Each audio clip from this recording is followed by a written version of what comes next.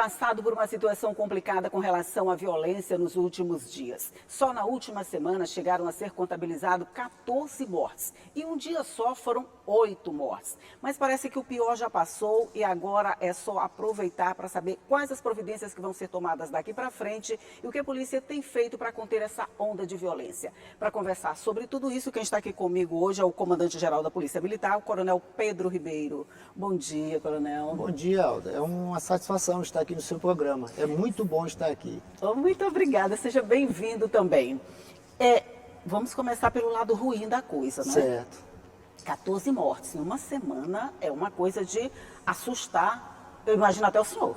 É sim, e essa situação de inquietude da população, ela se potencializa por causa também das redes sociais, tá? Ah, com certeza. Porque a violência e a criminalidade sempre existiu.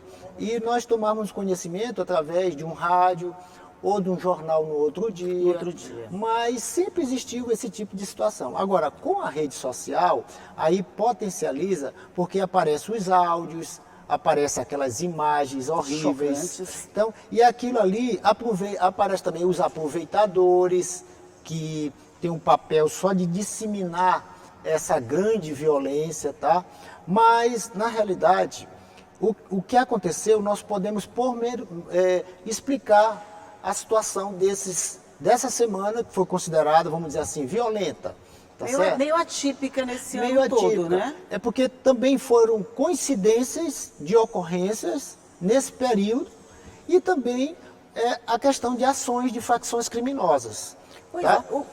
eu ouvi muita coisa falando que era aniversário do bonde, era alguma insatisfação com o tratamento que o governador teria prometido e que não tinha dado. Quer dizer, saíram tantas versões para uma mesma coisa. Na verdade, para vocês, o que foi que aconteceu que desencadeou todo esse processo violento? Tá. O sistema de segurança tem o diagnóstico dessa situação, conhece as causas, por que está acontecendo isso, e, é claro, as consequências, só quem sabe é a população. Ela só vê as consequências, os reflexos. Mas nós conhecemos as causas. As causas, claro. As causas, entre elas, sabe-se aqui que existem 4 facções criminosas. Essas 4 facções criminosas, elas brigam entre si, tá? Brigam entre si e entre elas mesmas. Elas brigam com os outros, brigam entre si, brigam com o que aparecer na frente. Que é o cidadão, às vezes, que uma bala perdida, um acontecimento em que o nosso cidadão de bem está presente. Então, essas facções, elas têm alguns territórios que elas estão inseridas. Eu vou dar um exemplo. Nesses programas Minha Casa Minha Vida, como o Eco Tajoçaba, o Amendoeiras, a Ribeira, o Nova Jerusalém. Aquele lá de Ribamar, onde aconteceu também muito... É o Nova Jerusalém... Turiúba. Turiúba. Tá? Então, essas pessoas faccionadas ocuparam esses grandes empreendimentos. Certo. Tá? Aqui na Camboa, tá? No Residencial Camboa. Então, aí começa já a dificuldade da ação, porque eles estão em apartamentos. E para entrar em apartamentos, onde existe também família de bem morando, é preciso de mandados judiciais, de busca e apreensão. Tá? Ou seja, existe uma dinâmica antes da polícia agir. E essas pessoas faccionadas começam a brigar entre si e assim causam um clima em certos bairros, como lá em São José de Ribamar, em São Benedito, no Mojó, em Turiúba, né? Pela noite, foram se confrontar. Aí, nesse dia morreu muita gente, né? Houve uns homicídios entre eles também, mas teve um cidadão que pegou um tiro, um adolescente de 14 anos, que não tinha nada a ver com a situação. Amigo do amigo da gente aqui, então, que está numa situação bem complicada. Essa é uma das causas.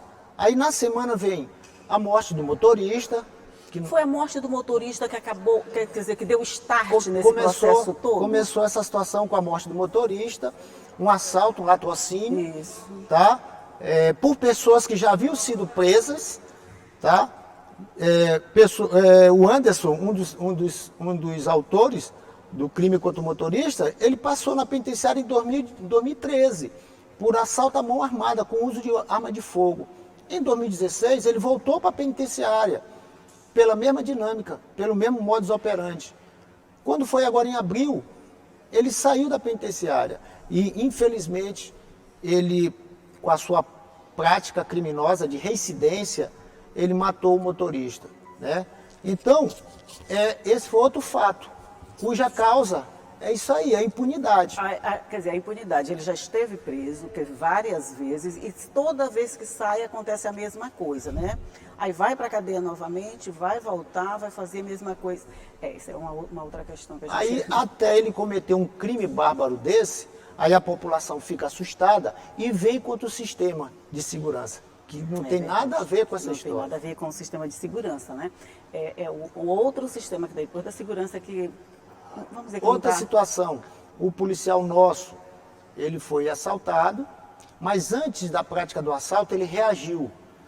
Ele confrontou com um bandido e os bandidos mataram ele. E também nessa semana, tá?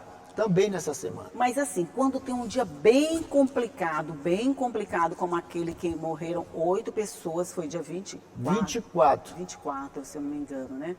Morreu assim gente para todo lado, que nesse dia, acho que nem o coronavírus conseguiu deixar todo mundo em casa como deixou nesse dia. Como fica a polícia nessa situação? Porque, por exemplo, para onde a gente olhava, tinha alguma coisa acontecendo. Se olhava para o centro, tinha alguma coisa acontecendo. Se olhava para Ribamar, tinha alguma coisa acontecendo. Para onde você olhava, tinha uma violência acontecendo. Como é que faz para controlar isso assim? Ó, meu papel está caído, seu telefone está tocando, está tudo de uma vez. Como é que faz para controlar essa situação toda, coronel? Olha, quando tem esses acontecimentos que a gente chama em série, cada acontecimento tem seu fato típico. Um acontecimento que é a facção agindo, um acontecimento que é um fato isolado, como aquele crime lá em frente ao Corpo de Bombeiros, que foi um crime lá em que o acusado alega que a esposa dele foi estuprada. Aquele não tinha a ver com a briga de gangue. Nada a ver com facção, tinha a ver com a questão que a gente chama de passional. É um crime que aconteceu com aquela pessoa ali, face.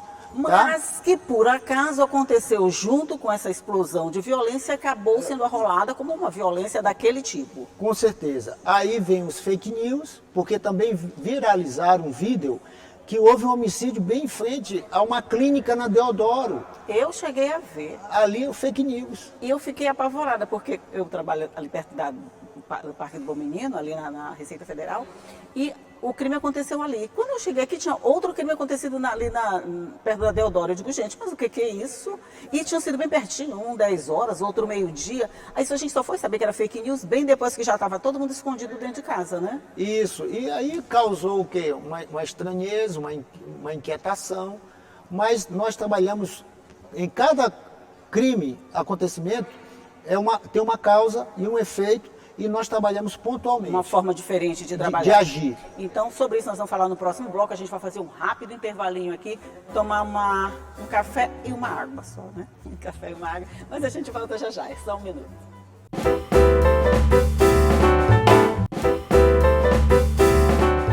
Já estamos de volta, eu estou conversando aqui com o Coronel Pedro Ribeiro, que é comandante-geral da Polícia Militar, falando sobre essa onda de violência que passou por São Luís. Eu posso dizer que passou? Passou, né? Que São Luís está passando não, que já passou por São Luís. Passou. Sim, você estava me falando que existem situações diferentes, operação diferente da polícia.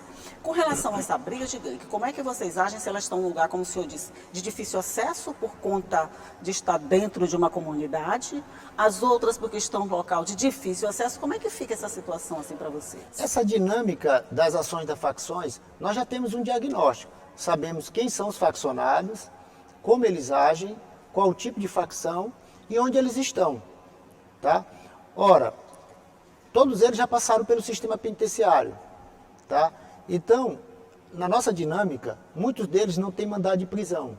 Começa a dificuldade. Isso. Então, eles estão escondidos nos manguezais, eles estão escondidos dentro dos condomínios, do Minha Casa Minha Vida, mas para a polícia agir tem que ter mandado de prisão. Só que nessa liberdade deles, em determinados horários, eles procuram fazer práticas criminosas na cidade. E aí aí que entra o sistema policial na investigação pela Polícia Civil, que está com muita eficácia, tá? E no patrulhamento. Hoje no patrulhamento, nós estamos 24 horas na região metropolitana, aqui no caso específico, 24 horas em ação, nesses locais onde esses bandidos agem. Isso faz com que haja o quê? Uma prevenção. Uma prevenção, tá? Eu lembro que eu fui sábado à noite em Ribamar, quando eu voltei ali, a estrada estava muito policiada, né? Eu estou rodando na cidade, ontem eu estava acompanhando, quando as blitz nas formas de abordagem a coletivos e a veículos, como também o que a gente chama de incursões, que são policiais nos bairros, tá? Fazendo as abordagens. Agora pensa, eu adoro fazer o contra, assim, esse policiamento todo na rua, por exemplo, você vê muito policial, você vê helicóptero andando, fazendo também muito barulho na cidade, que te dá uma certa segurança, mas isso aí dá uma segurança e um medozinho na população, mas os bandidos, eles se importam com essas operações? Se importam sim, tanto é que eu estou lhe dizendo que já está normal, tá? Por causa das ações. Existem ações que a população não sabe. A Polícia Civil, ela tem feito uma investigação muito eficaz, com cumprimento de mandados de prisão, cumprimentos de busca e apreensão. Foram mais de 70 presos nesse período. Isso que eu ia perguntar. Quantos presos? Mais de 70 presos. Nessa semana? Nessa semana, mais de 70 presos. Já está com um pouco mais de uma semana, né? Nesse período todo, desde o assassinato do motorista até agora, já foram 70. Mais de 70 presos, armas apreendidas, inclusive fuzis, rifle 44, pistolas, tá? Drogas apreendidas. E mais a presença policial, como nós estamos observando. Isso significa dizer o quê? Uma contenção. Houve a prisão, a apreensão e o patrulhamento ostensivo pela Polícia Militar. Isso. A presença policial. Isso volta o quê? Isso é uma contenção e voltando ao normal. Entendi. O senhor falou de drogas. Qual o peso do tráfico de drogas nessa situação toda? Hoje o tráfico de droga aqui, como em todo o Brasil, é o tráfico de droga internacional. Tá? A gente já está nessa rota, Ele né? vem com a raiz de Sinaloa, no México, tá? Fizemos uma operação Imperatriz agora em agosto, naquela queima de ônibus Imperatriz, está recente, queimaram o ônibus, trator da prefeitura. Ali quem comandou foi o Martisson. O Martisson participou daquela tragédia no presídio em Manaus. Ele mais a mãe dele, a Ivone. E ele estava com o nome de Israel, lá em Imperatriz, comandando todas aquelas ações. Ele fugiu de Manaus. Ele veio fugir de Manaus. Lá, fugiu, veio para cá. Ele fugiu de Manaus, foi para Teresina, matou 2 pessoas, foi para Timon, matou mais uma pessoa e se radicou em Imperatriz comandando as ações criminosas. Ele foi preso na ação que fizemos, a Polícia Militar, a Polícia Civil, lá em Imperatriz. E ele tem participação e recebe a ordem, vamos dizer assim, da cidade de Sinaloa, no México, tráfico internacional. Essa é a dinâmica do tráfico de droga no Brasil. Quer dizer, ele já pertence a um cartel, vamos dizer assim, bem definido. Bem definido, enraizado pelo Brasil. E aqui, esse cartel, se a gente pode dizer também que ele já tá se espalhando, ele já conseguiu fazer essa ramificação? Ele já se espalhou pelo Brasil, tá? E aqui também tem-se, de acordo com a facção, tem se enraizado também pelo interior do Estado. Então essa é a dinâmica da questão das drogas e como as facções estão agindo nesse setor. Ele e a mãe dele fazem esse trabalho, né? Comandavam. Uma família que trabalha unida, né? Comandavam, estão todos os 2 presos, ela lá em Manaus e ele aqui no sistema penitenciário de Pedrinhas, de Imperatriz, mas ele veio para Pedrinhas. Ele foi transferido para uma segurança máxima em Pedrinhas. Ele está aqui em São Luís. Além desse Martisson, né? Eu gosto Martisson. Você já estão tão íntimo, já trata assim pelo primeiro nome, já conhece até a pessoa, né? O Martisson. Martisson.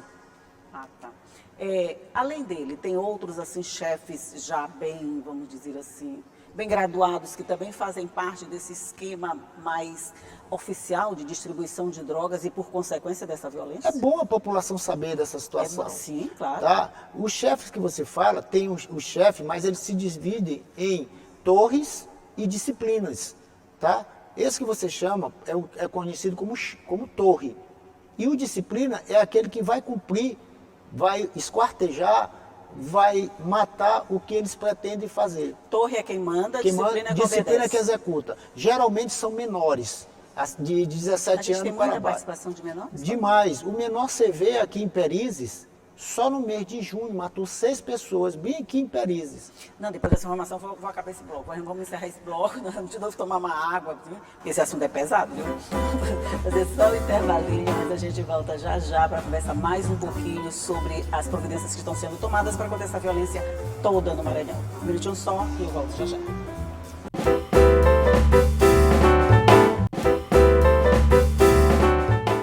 Estamos de volta para o último bloco de conversa aqui sobre a onda de violência. Agora a gente já falou muito sobre a violência, agora a gente quer saber o que está sendo feito daqui para frente para evitar que coisas desse tipo continuem acontecendo. Porque eu imagino que a polícia deve ter um plano de execução para garantir essa segurança, né?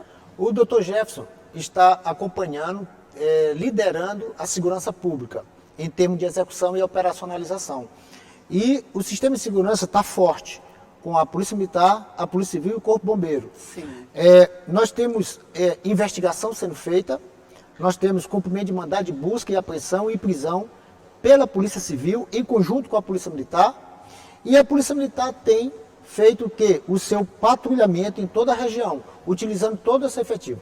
Para você ter uma ideia, nós estamos utilizando por dia agora, nós estamos utilizando mais de 600 policiais militares, durante o dia e noite, todo dia. Ontem saiu uma frente do quartel, e está saindo todos os dias, cerca de 230 policiais militares, só para fazer o patrulhamento, fora aquele patrulhamento das viaturas. Isso. Esse aí é um extra, tá? Então, isso é uma forma de conter e de segurar a criminalidade e a violência. Está sendo feito com muita propriedade. Nós estamos nas ruas, patrulhando, abordando, e o que está se vendo agora é a normalidade. A gente já está podendo respirar um pouquinho melhor, já sai na porta, né? Porque a gente está com medo até de sair na porta. Às vezes, as pessoas não fazem uma análise da situação como um todo. São mais de 1.200.000 habitantes. São 1.500 linhas de ônibus percorrendo todas as ruas aí. Então, é uma dinâmica muito grande em que nós somos cobrados para dar conta. Temos que nos multiplicar. Mas isso, a gestão é maravilhosa, porque com essa experiência que se tem de ambiente operacional, faz com que a gente contenha tudo, tá certo? Esses acontecimentos aí, tudo poderia deixar de acontecer se esses bandidos estivessem presos. Esse que morreu na litorânea, tem várias passagens pela polícia, o irmão dele, que é o matador, que estava lá no cenário, e foi no ML, estava com 2 mandados de prisão em aberto, tá? Então são pessoas que transitam pela cidade. Ele estava andando livremente, acompanhando todo o movimento. Isso. Então são pessoas que já passaram pela penitenciária, estão soltos, dando trabalho para a sociedade. Pois é, a gente vê o senhor traçando esse quadro todo de violência e a gente imagina que estamos num período delicado, que é o período eleitoral, e esse período pré-eleição, ele acaba deixando aflorar também muitas emoções, as pessoas ficam mais emotivas, com isso pode gerar mais violência. Como é que vai ser conduzido esse esquema todo de segurança? Ele vai do jeito que está até a eleição? Ele tem alguma modificação? Tem planos diferentes? Como é que é?